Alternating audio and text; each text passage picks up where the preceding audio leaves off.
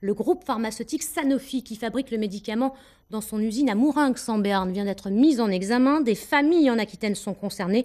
Et pour elles, c'est une étape importante. Gilles Coulon, Dominique Mazère. La mise en examen du laboratoire pharmaceutique Sanofi pour tromperie aggravée et blessures involontaires a redonné de l'espoir aux victimes de la dépakine. Dans notre région, 40 familles sont concernées, dont une centaine de cas recensés. La molécule en cause est prescrite aux personnes souffrant de crises d'épilepsie ou de troubles bipolaires. Elle est soupçonnée depuis plusieurs années de favoriser les malformations de fœtus. C'est une procédure longue, c'est une procédure qui va durer des années. Sanofi va faire des recours, mais aujourd'hui les familles sont heureuses de cette décision des juges d'instruction qui décident donc de mettre en examen Sanofi. Moi-même, j'ai déposé plainte au pénal en décembre suite à différentes expertises qui ont eu lieu. Et aujourd'hui, je suis contente que cette procédure avance. Pour les avocats, les responsables sont multiples. L'État, le laboratoire Sanofi, les médecins qui n'ont pas fait remonter les informations et l'agence du médicament accusée de ne pas avoir rempli sa mission.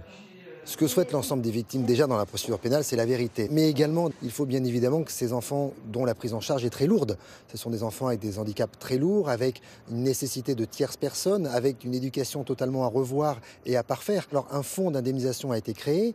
Le seul problème, c'est on voit toujours le même souci, c'est que le laboratoire ne sera pas le payeur ou le créancier de cette dette, c'est l'État qui devra indemniser.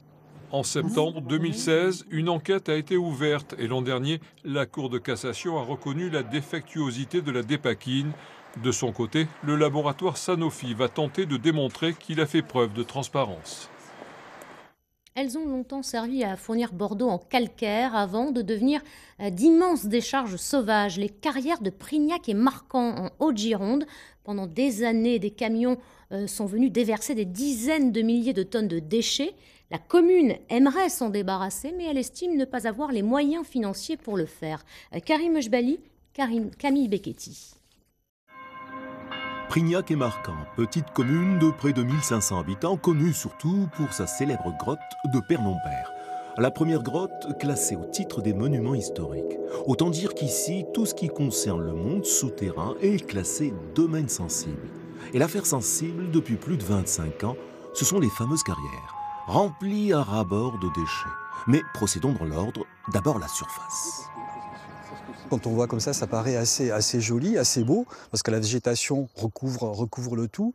Par contre, en dessous, et les sondages le prouvent réellement, on se trouve avec 3 mètres d'enfouissement de dépôts de toutes sortes. Donc un gros problème écologique ici.